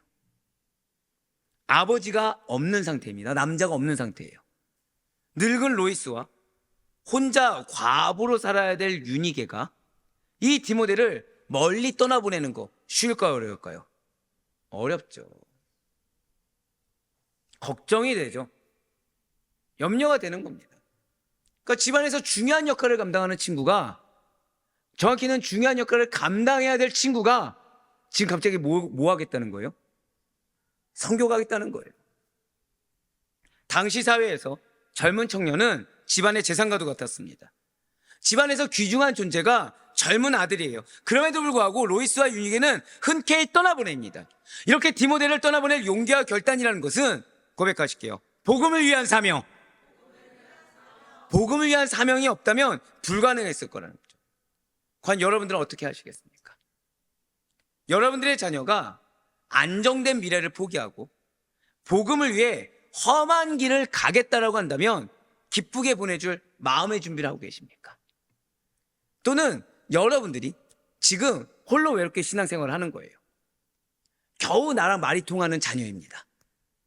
내 배우자도 말이 안 통하고 내 자녀들도 말이 안 통해요. 근데 그 자녀가 지금 내 곁을 떠나는 일이 이제 존재하기 시작한 거예요. 기쁘게 떠나보낼 수 있으시겠습니까? 어느 선교사님 부부 얘기예요. 아들이 청소년 시절부터 남다르게 하나님을 사랑한 겁니다. 그러니까 딱 돋보이는 거죠. 근데 어느 날 선교하러 가겠다는 거예요. 선교사님이 기쁠까요, 안 기쁠까요? 그래도 기뻐했습니다. 근데 하필 지역이 분쟁 지역으로 가겠다는 거예요. 부모님은 처음에는 놀라고 두렵습니다. 평생 기도하며 키웠어요. 근데 하나님 기껏 보내는 데가 어디예요? 전쟁 지역으로 보낸다는 겁니다. 눈물 삼키면서 주님께서 주신 자녀를 주님께로 돌려드립니다 라는 기도로 결국에는 축복하며 보내셨어요. 또 한 시골 교회 집사님의 아드님이 서울에서 공부하더니 의사가 되었습니다. 뭐 지역은 대략 눈치를 채셨겠죠. 당연히 모두가 축하합니다. 부러워해요. 그런데 그가 갑자기 잘 다니던 병원을 그만두고 아프리카로 떠나겠다고 한 거예요. 의료 선교지로 떠나겠다는 겁니다. 동네 사람들이 뭐라 하죠? 다 미쳤다고 하는 거예요. 다. 근데 그의 부모님이 결국에는 어떻게 하셨죠? 전 재산을 털어서 아들을 도와줍니다. 결국 콩고로 보내셨어요. 콩고도 엄청난 분쟁 지역이거든요. 지금 이 두 사례가 어떻게 들리십니까? 저 어떻게 축복된 길입니까? 저주받은 길입니까? 우린 머리로는 알고 있죠. 하나님의 부르심을 받아 선교지로 갔고 하나님의 부르심을 받아 확실한 사명 있는 곳으로 갔습니다. 자, 이렇게만 들으면 축복되었습니까? 저주받았습니까? 축복되었죠? 그런데 어떻게 정말 축복된 길을 걸으신 것처럼 느껴지십니까? 예, 맞아요. 막상 우리 가정에 기도와 눈물로 자라난 자녀가 그 믿음을 따라 하나님의 부르심에 순종하겠다고 할 때 믿음으로 축복하기보다는 한 번 더 생각해 보라고 얘기하는 것이 우리라는 거예요. 좀 더 쉽게 말씀드릴까요? 내가 생각하는 배우자가 걸을 수 있는 축복된 길, 내가 생각하는 자녀가 걸을 수 있는 축복된 길이 정해져 있다는 거예요. 하나님께서 그 길 외에 다른 길을 권면하고자 한다고 한다면 받아들일 준비가 내가 안 돼 있다는 거죠. 그 길을 축복되게 보내거나 그 다른 길을 선택해 보겠다고 했을 때 할렐루야, 얼마든지 지원해 줄게, 얼마든지 내가 너 편이 돼 줄게 라고 할 준비가 우리가 아직 안 됐다는 거예요. 그러니 말로는 어떻게 합니까? 아, 그래 너가 생각해 봤겠지. 근데 기도는 해봤어? 아니, 방해하는 건, 반대하는 건 아닌데 그래도 하나님께 한 번 더 물어봐야 돼. 지금 나는 신뢰를 보여줬습니까? 의심을 보여줬습니까? 의심과 불신을 보여준 거예요. 근데 나는 지금 의심과 불신을 보여줬다고 여깁니까? 아니면 나는 할 말을 한 겁니까? 부모로서 할 말을 했다고 생각을 하는 거죠. 왜? 자녀를 사랑하니까. 근데 자녀의 마음에 이미 뭐가 심어졌어요? 상처가 심어졌죠. 누구는 내 편이 돼줘야 돼요? 부모는 내 편이 돼줘야 되는데 나에 대한 신뢰 이전에 뭐부터 보여준 거예요? 나는 걱정이지만 자녀는 의심을 받은 겁니다. 그래서 지금 우리는 가정에 대한 기도가 절실합니다. 한 명만 축복이 있을지어다. 뒤늦게라도 두 명만 축복이 있을지어다. 그 지금 우리에게 지금 필요한 거는, 고백하실게요, 나에 대해서 물어볼 수 있어야 합니다. 예, 지금 배우자 문제가 급한 것이 아니라, 죄송하지만 자녀 문제가 급한 것이 아니라 나 스스로에게 먼저 물어볼 수 있어야 된다는 거예요. 지금 내 눈에는 지금 이 자녀가 신앙이 없다, 세상적으로 연약하다, 마음이 어떻다, 여러 가지 어떠한 문제를 누가 들어도 그게 문제야라고 얘기할 수 있을 만한 문제거리를 내가 가질 수 있어요. 근데 지금 그보다 더 시급한 거는 과연 하나님은 내 가정에 문제가 누구라고 보시냐는 거죠. 과연 하나님은 지금 내 가정에 누구에게 질문하길 원하냐는 거예요. 그래서 내가 지금 나 스스로에게 물어볼 수 있어야 된다는 거예요. 무엇을요? 과연 내 믿음은 어느 정도인가? 과연 나는 지금 내 믿음은 어느 정도로 서 있는가? 디모데의 외할머니와 어머니처럼 나의 자녀를 하나님께서 원하시는 자리로 온전히 내어드릴 믿음이 있는가?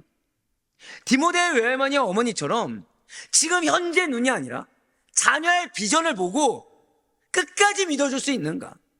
디모데의 외할머니와 어머니처럼 어떤 환경보다도 나를 먼저 부르셔서 감사하게 또 다른 나인 배우자가 십자가를 지는 것이 아니라 내가 십자가 지고 내가 속이 썩어 문드러지며 내가 쓰임받는 것, 그렇게 쓰임받는 것에 대해서 감사함으로 아멘 하면 발판이 되어줄 수 있는가? 물어볼 수 있어야 된다. 좀 더 쉽게 말씀드릴까요? 우리 가정은 반드시 하나님의 가정으로 쓰임받을 것입니다. 근데 여기서 지금 제일 중요한 이 시점 가운데 나는 내 배우자, 내 자녀, 내 부모님 허다한 문제가 있다고 여기지만 지금 제일 중요한 거는 내 믿음이 어딨냐가 제일 큰 문제라는 거예요. 내 눈에는 내 배우자가 갖고 있는 이 마음속에 있는 리스크, 환경적인 리스크가 너무 잘 보이겠지만 하나님은 지금 누구 보라는 거예요? 내 믿음이 어딘지 보라는 거예요. 목사님, 내 기도로 여기까지 왔습니다. 착각이에요. 감사하게 하나님 날 선택해 주신 거에 불과하지, 내 남편이나 나나, 내 배우자나 나나, 내 자녀나 나나, 하나의 손짓 한 번이면 언제든지 소멸될 수 있고, 하나의 손짓 한 번이면 언제든지 성경의 이름에 기록될 수 있는 은혜를 누릴 수 있는 자, 하나님 보시기에는 별반 차이 없습니다. 가정의 어떠한 변화 이전에 정말 나의 가정을 하나님의 거룩한 가정으로 내어드릴 준비가 되어 있는지, 그 하나님의 거룩한 가정을 위해 내가 오롯이 디딤돌로, 걸음으로, 발판으로 쓰임받아도 족하다는 믿음의 준비가 되었는지, 가정의 영적 리더로 세움받은 나인데 그 내가 정말 그러한 준비가 되었는지를 먼저 물어볼 수 있어야 된다는 거예요. 아직까지 내가 얼마큼 감당하냐? 나의 교만으로 인해서 지금 멈춰 있는 겁니다. 아직까지도 내가 얼마만큼의 지금 상처를 안고 있다? 이것이 재어지고 있다? 이것이 계산되어지고 있다? 이것이 지금 내 가정의 발전을 저해하고 있는 요소가 되고 있다는 거예요. 그렇습니다. 오늘날의 그리스도인들은 이 로이스와 유니게의 자녀 교육에서 많은 도전을 받아야 됩니다. 환경 받쳐주지 않죠. 교육의 대상자 어떤 결과나 성장이 보이지 않죠. 신앙을 교육함에 있어서 잘 기억하세요. 어떠한 어려움과 장애가 있을지라도 포기하지 말아야 됩니다. 아니, 고백하실게요. 끝까지 믿어줘야 합니다. 끝까지 믿어줘야 돼요. 하나님께서 가장으로 부르셨으면 끝까지 이 가장이 나보다 신앙이 연약해 보이다 하나님께서 세우신 가장이고, 하나님께서 내 자녀에 대한 약속을 주셨으면 내 자녀가 지금 어떠하든 이 자녀는 하나님께서 반드시 세우실 자녀인 것입니다. 자녀들에게 있어서, 배우자에게 있어서, 영적 자녀에게 있어서 무엇보다도 신앙을 유산으로 물려주고자 최선의 노력을 기울일 수 있어야 돼요. 의지가 꺾여서는 안 됩니다. 나라도 믿어줄 수 있어야 되고, 나라도 같이 함께 걸어갈 수 있어야 되며, 나라도 받아줄 수 있어야 됩니다. 나라도 세워줄 수 있어야 되고, 나라도 신앙의 본이 무엇인지 보여줄 수 있어야 되는 거예요. 우리가 먼저 하나님의 부르심과 택하심이 가장 우선되는 삶의 본이 되길 간절히 소망합니다. 그 가운데 우리의 자녀를, 영적 자녀를 믿음의 자녀이자 일꾼으로 성장시키는 하나님을 만나게 되실 것을 반드시 믿으시길 바라요. 그렇습니다. 로이스와 유니게는 언제나 자신들의 상황이나 형편보다도 하나님이 우선되었고 신앙이 최우선이었어요. 그래서 로이스와 유니게는 디모데에게 고백하실게요. 거짓이 없는 믿음, 이거예요. 자, 지금 첫 번째로 무엇을 먼저 보라고요? 내 믿음이 어디에 있는지 보셔야 돼요. 두 번째 이겁니다. 나는 지금 죄송합니다, 외식주의자인지 아니면 거짓이 없는 믿음을 보이는지 보셔야 돼요. 지금 내 믿음의 위치가 어디 있는지 본과 더불어 지금 무엇을 보셔라? 나는 외식주의자인지 아니면 거짓이 없는 믿음을 보여주고 있는지. 사도 바울은 이러한 로이스와 유니게에게 거짓이 없는 믿음이 있음을 인정합니다. 누굴 통해서요? 디모데를 통해서. 맞습니다. 여러분들의 자녀를 통해 하나님이 여러분들을 보십니다. 방금 뭐라 말씀드렸어요? 내 자녀를 통해 나를 보고 계시다고요. 내 배우자를 통해 나를 보고 계십니다. 보통은 디모데의 가정이 사도 바울에 의해서 복음화되었다고 생각들 하십니다. 하지만 전체적인 성경 전체에 기록된 증거들을 살펴보시면 이 가정은 이미 기독교 신앙을 받아들인 것을 알 수가 있어요. 자, 방금 뭐라 말씀드렸어요? 자, 남편은 믿었습니까? 안 믿었습니까? 안 믿었는데 이미 무엇을 받아들였다고요? 신앙을 받아들였다는 거예요. 고백하실까요? 반드시 나의 배우자도 변화됩니다. 그렇습니다. 사도 바울은 그들이 지속적으로 구약 성경을 읽으며, 자, 여러분의 배우자는 변화될 것입니다. 근데 그러기 위해서 유니게는 지속적으로 무엇을 했다고요? 지속적이 1번 일주일에 한 번, 2번 일주일에 3번, 3번 시시때때로. 자, 여러분들 성경 어떻게 하십니까?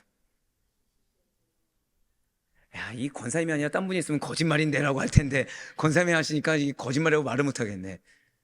시시때때로. 자, 가정에 기독교 신앙을 받아들이는데 시작이 무엇이었다고요? 남편이 믿냐 안 믿냐가 아니라 내가 무엇을 했다고요? 지속적으로 성경을 읽으며 지속적으로 하나님을 섬겨왔고 오실 예수님에 대한 약속을 믿으며. 자, 이들은 지금 상황을 믿었어요? 약속을 믿었어요? 고백하실게요. 나는 약속을 믿습니다.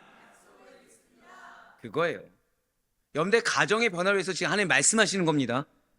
내 지금 남편 아내가 믿냐 안 믿냐보다 더 중요한 것은 내가 지금 지속적으로 성경을 보고 있느냐, 읽고 있느냐, 내가 지속적으로 사람이 아니라 하나님을 섬기고 있느냐, 내가 약속을 믿고 있느냐 아니면 상황을 믿고 있느냐, 그리고 거짓이 없는 믿음을 가지고 살았다는 것을 사도 바울이 증거해주고 있어요. 마지막은 무엇이에요? 내가 이중적인 모습을 증거하는 것이 아니라 거짓 없는 믿음을 증거해 보이셔야 돼요.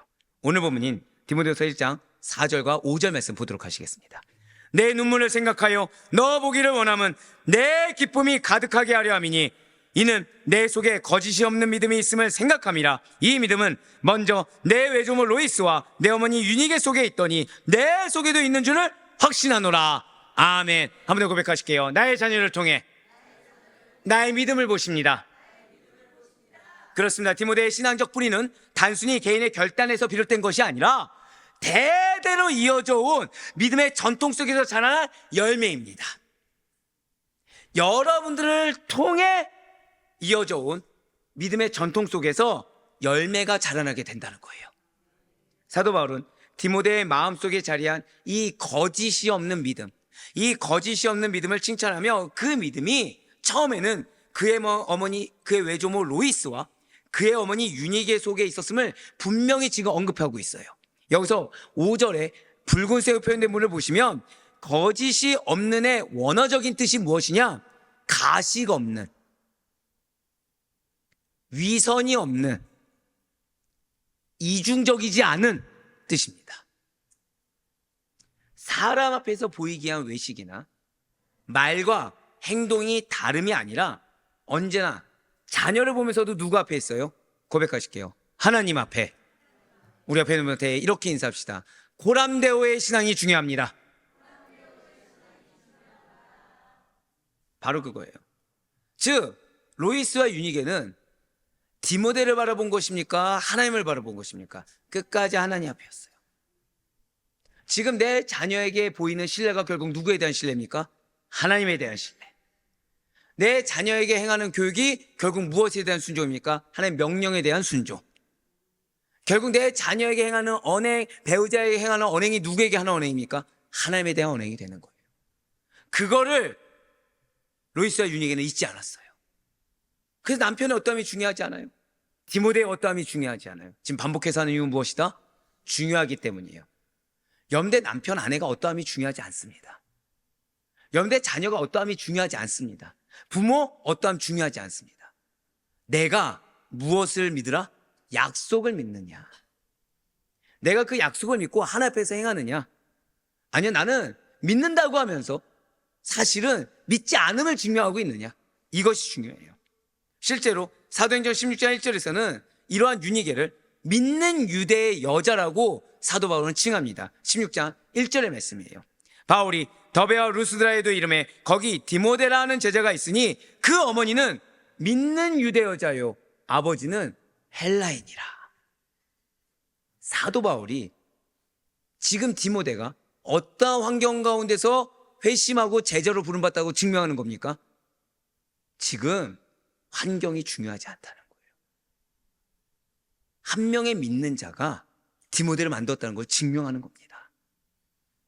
지금 표면적으로는 유대인이라는 혈통적 배경과 기독교 신앙이라는 정체성이 혼재되어 보입니다. 그러나 이 두 가지는 결코 모순이 아니었어요. 오히려 유니게와 로이스는 잘 기억하시길 바라요.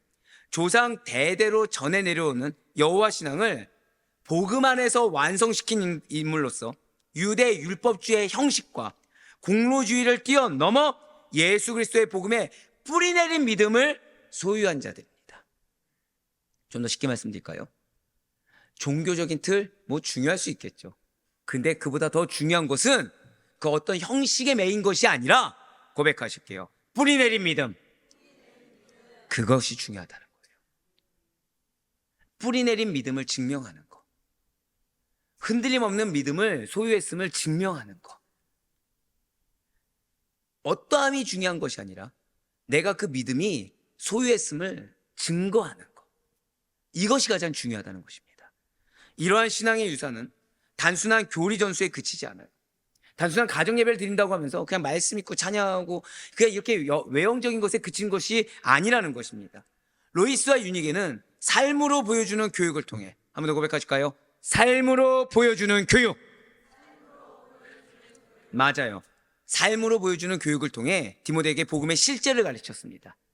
말씀을 알고 그 말씀에 순종하며 하나님 앞에서의 삶을 경건하게 지켜나가는 모범을 보였다는 거예요.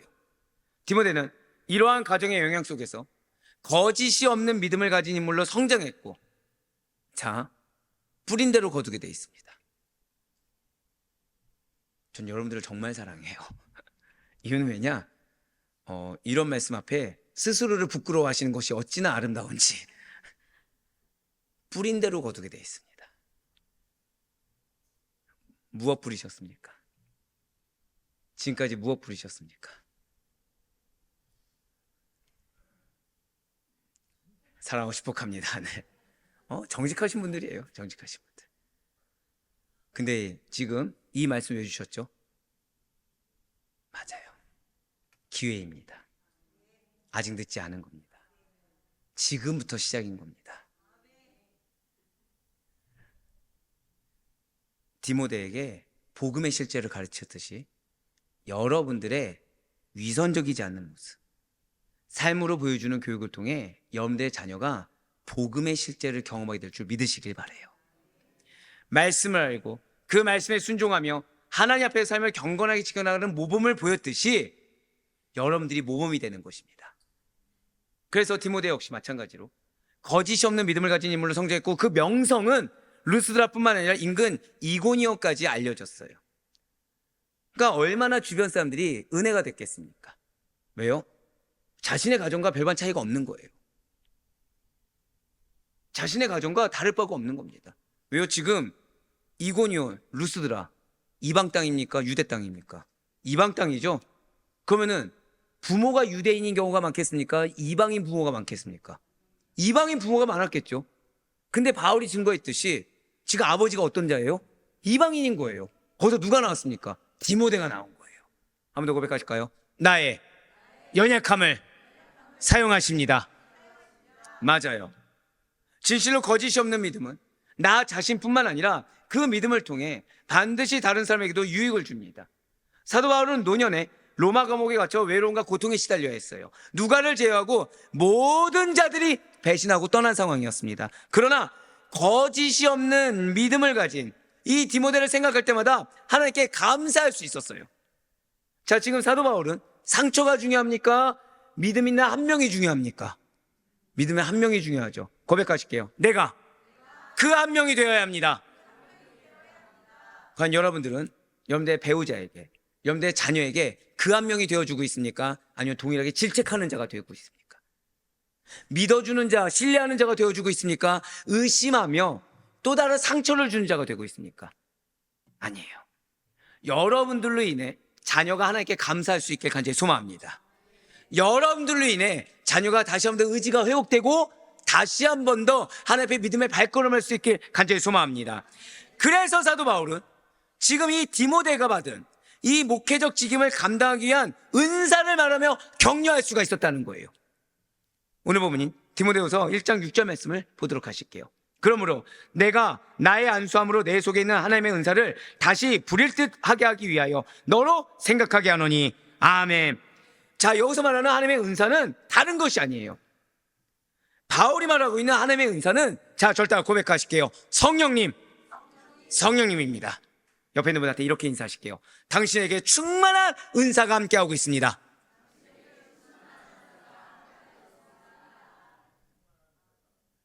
오늘 전 여러분들 모두 다 성령의 충만함을 경험하길 간절히 소망합니다. 아니, 성령의 임재하심을 경험하실 것을 확신하고 있어요. 경험하지 못하면 안 돼요.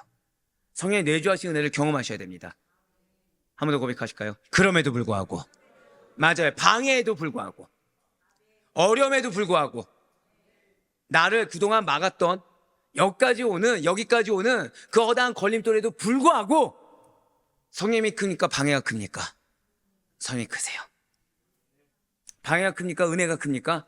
은혜가 큽니다. 그걸 믿는 자에 합당하게 부르짖으셔야 돼요. 왜요? 이미 지금 말씀에서 뭐라고 하고 있어요? 하나님의 은사를 다시 부릴 듯하게 하기 위해서. 한 번 더 고백하실까요? 이 자리는 회복의 자리입니다. 회복의 자리예요. 아시다시피 이제 안수하면 기도하고 나아갈 겁니다. 아직 끝난 거 아니에요. 설교 아직 멀었습니다. 네, 안수하면 나아갈 겁니다. 예, 힘든 만큼 은혜가 있을지어다. 지친 만큼 은혜가 있을지어다. 안수하면 나아갈 때 여러분들에게 불일 듯 일어나는 성령의 내주하신 은혜를 맛보길 정말 소망하고 있어요. 맞습니다. 진실로 사도 바울은 성령님께서 디모데에게, 여러분에게 능력과 사랑과, 고백하실게요, 근신의 마음, 맞아요, 능력을 주셨어요. 사랑을 주셨어요. 근신의 마음을 주셨음을 상기시키면서 두려워 말고 하나님의 능력을 따라 복음을 위해 고난을 받을 것을 권면하고 있어요. 자, 복음을 위해 무엇을 받으라고요? 고난이요. 여러분들 가정 가운데 고난이 있을 수 있습니다. 역시 아멘은 안 나올 줄 알았어요. 괜찮아요. 누가 이 고난이 있다고 하는데 아멘이 나오겠습니까? 하지만 받으셔야 돼요. 어떻게 해요? 두려워 말고 받으셔야 됩니다. 어떻게 해요? 나에게 임해 주신 하나님의 능력을 따라 고난이 증명입니다. 예, 고난이 증명이에요. 그래서 무엇을 위해 고난 받으셔야 됩니까? 나의 어떠함을 위해? 아니요. 한 번 더 고백하실게요. 나의 고난은, 가정의 고난은 복음을 위한 것입니다. 이거를 의심치 마셔야 돼요. 지금 내 가정 가운데 있는 연약함은 복음을 위한 것이라고 선포하며 나아갔을 때, 그때 정말 복음을 위한 것이 되고 하나님의 역사가 있는 것이며, 그런데 이것이 왜 우리 가정은 한순간 인간적인 것이 됩니다. 왜 나에게만 한순간 누구의 것이 돼요? 내 것이 돼요. 그러면 안 돼요. 복음을 위한 것입니다. 하나님 나에게 주신 십자가입니다. 그때 정말 복음을 위한 것이 되고 하나님의 역사의 통로가 되는 것입니다. 이렇게 고난도 감수하게 만드는 디모데의 믿음, 사도 바울이 인정할 정도의 디모데의 믿음, 다 배신해도 끝까지 사도 바울 곁에 남아 결국 사도 바울의 축복을 받을 수 있는 디모데의 믿음, 누가 전수했습니까? 로이스와 유니게였다는 거예요. 그렇습니다. 로이스와 유니게는 복음을 위해 고난을 감수하는 믿음을 디모데에게 전수했어요. 여러분들 자녀가 지금 연약함을 겪고 있습니까? 배우자가 연약함을 겪고 있습니까? 바로 이거예요. 우리 한번 절대 고백하실게요. 복음을 위해 고난을 감수한 믿음을 경험하게 하고 있습니다. 그거를 옆에서 격려해 줄 수 있어야 돼요. 지금 너가 연약해서가 아니야. 지금 사랑하는 아들아, 사랑하는 딸아, 너가 뭐 마음이 연약해서, 환경이 연약해서가 아니라 지금 너는 복음을 위해 쓰임받고 있어. 그 과정도 쓰임받고 있어. 그런데 무슨 믿음이라고요? 고난을 감수한 믿음을 지금 하나님이 먼저 경험하게 하시는 거야. 그런 너와 하나님이 함께 하시는 거야. 이게 여러분들의 권면이 될 수 있어야 돼요. 연약함이 아닙니다. 고백하실게요. 연약함이 아닌 고난을 감수한 믿음입니다. 바로 이거예요. 로이스와 유니게는 단순히 복음을 지식으로 가르친 것이 아니라 복음을 위해 내가 먼저 스스로 고난을 감수한 삶으로 믿음을 보여주었어요. 그들의 신앙은 은사가 자기만을 위한 것이 아님을 삶으로 증거했습니다.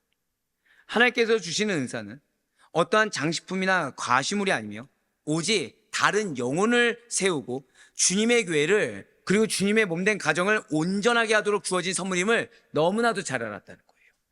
그래서 로이스와 유니게는 받은 은사를 공동체를 섬기는 데 사용했습니다. 그리고 그 섬김의 현장에서 디모데는 하나님의 사람이 어떠한 길을 걷는지 바로 그것을 배울 수가 있었다는 거예요. 사실 이러한 은사에 대해서 많은 성도님들의 오해가 있습니다. 자, 은사 많이 받아야 됩니까? 적게 받아야 됩니까? 역시 똑똑해지셨어요. 이 질문에는 함정이 있구나. 다 알기 시작하셨어요.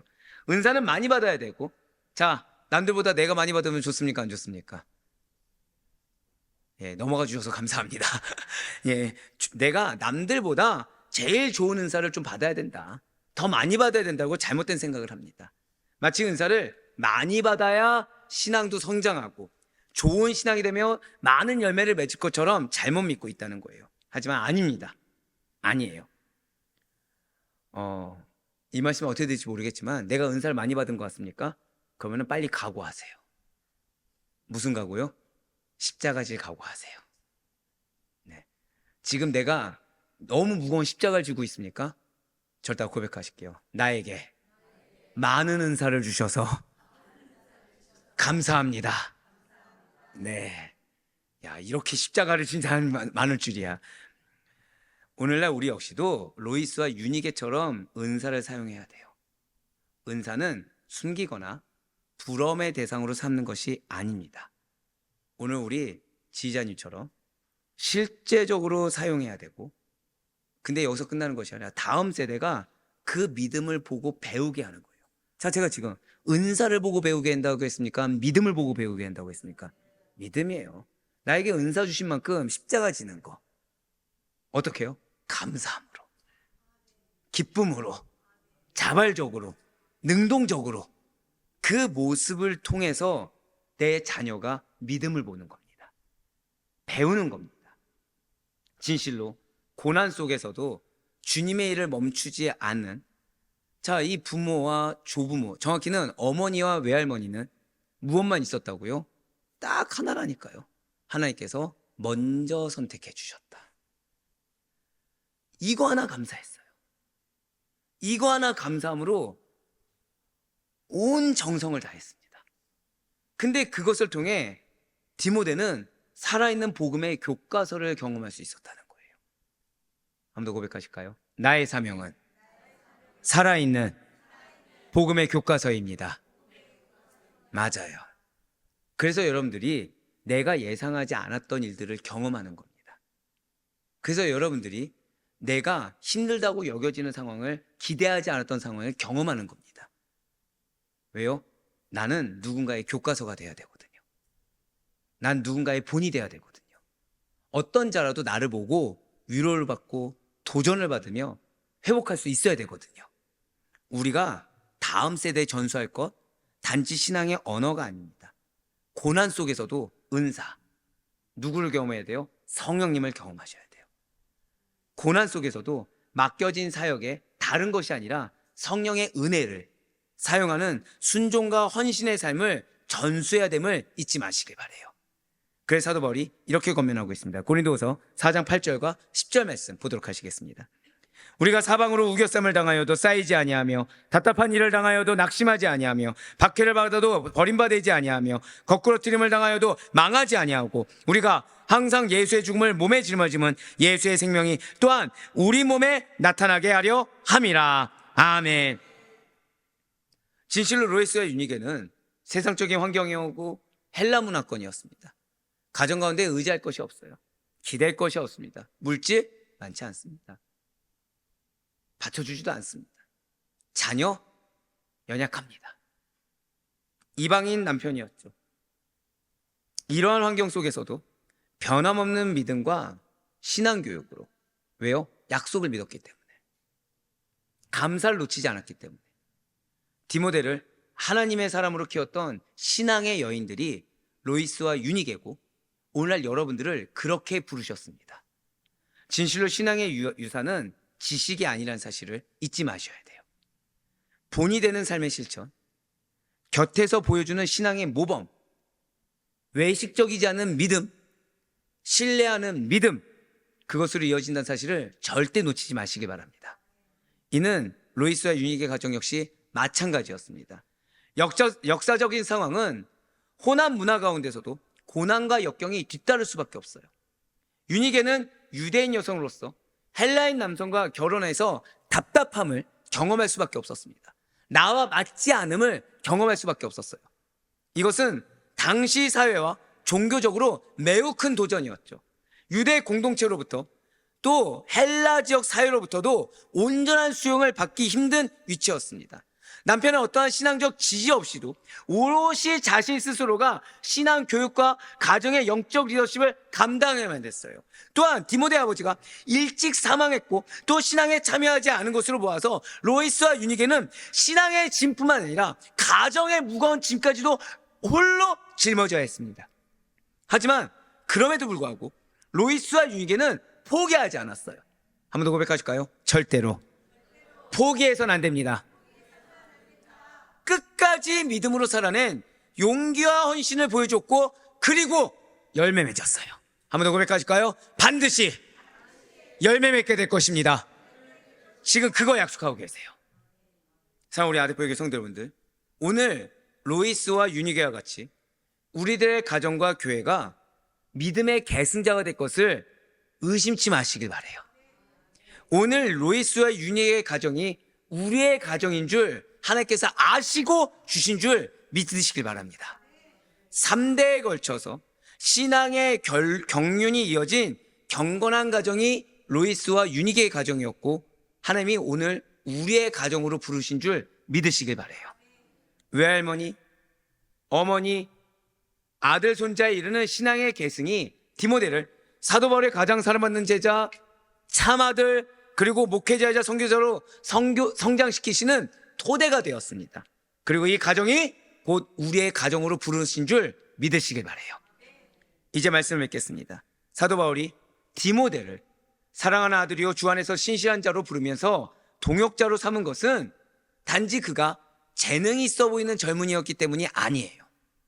오히려 이 디모데보다 훨씬 더 좋은 배경과 훨씬 더 많은 재능이 있는 자들은 많았습니다. 하지만 사도 바울의 눈에 하나님께서는 디모데를 보게 하셨고 그 배경에는 로이스와 유니게가 있었어요. 그의 내면에는 로이스와 유니게로 말미암은 복음으로 빚어진 인격과 변함없는 믿음이 있었습니다. 이런 면에서 로이스와 유니게는 모든 크리스천 부모님에게 도전이 됩니다. 맞습니다. 신앙교육은 교회 강단에서만 이루어지는 것이 아니에요. 신앙교육은 여러분들의 입술에서만 이루어지는 것도 아니고, 여러분들이 어쩌면 숙제를 잘해서 집안에 거룩한 장소 하나를 설정해서 거기서 예배드리는 그 장소에서만 이루어지는 것이 결코 아닙니다. 가정이라는 일상 속에서 말씀과 기도로 이어져야 함을 보여주는 가정이 로이스와 유니게고, 그리고 그것이 우리들의 가정이어서 고백하실게요. 나의 삶이 신앙교육입니다. 그걸 잊지 마시길 바래요. 진실로 자녀의 마음에 심겨진 복음의 씨앗은 세월이 흘러도 반드시 열매 맺으며 하나님 나라를 세우는 귀한 도구가 된다는 사실을 믿으시길 바랍니다. 이제 우리 기도하며 나아갑니다. 오늘 주님은 여러분들에게 명확하게 숙제를 주셨죠. 너의 믿음이 어디에 있느냐? 너는 어떠한 믿음을 증거하고 있느냐라고 먼저 물으셨어요. 과연 우리는 하나님의 부르심에 아멘으로 응답할 준비가 되어 있습니까? 신앙과 가정의 무거운 짐을 나 혼자 짊어진다고 하더라도 그것이 하나님의 부르심으로 믿고 아멘으로 순종할 준비가 되어 있으십니까? 정말로 내 자녀가 디모데처럼 쓰임받을 것을 믿으십니까?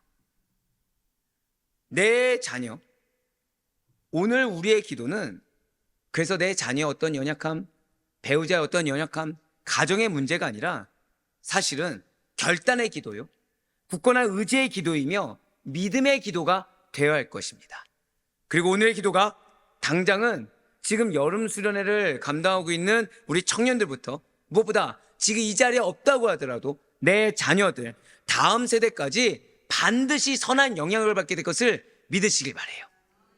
오늘 이 말씀을 허락받은 우리의 가정이 감사하게도 로이스와 유니게의 가정으로 부름받았다는 사실에 감사하시길 바랍니다. 결국 로이스와 유니게는 이 믿음의 가정이 어떻게 한 세대를 넘어 다음 세대까지 하나님의 사람을 세울 수 있는지를 보여주는 산 증인이 되고 있고, 오늘날 여러분들이 그러한 산 증인으로 부름받은 것입니다. 그들의 헌신과 가르침은 오늘날 믿는 부모님들에게 가장 위대한 유산은 어떠한 돈이나 재산이 아니라 복음에 대한 확신, 약속에 대한 믿음임을 다시금 깨닫게 해주고 있어요. 그러한 깨달음을 허락받아서 이 시대를 살아가는 로이스와 유니게로 부름받은 여러분들이 정말 복된 분들입니다.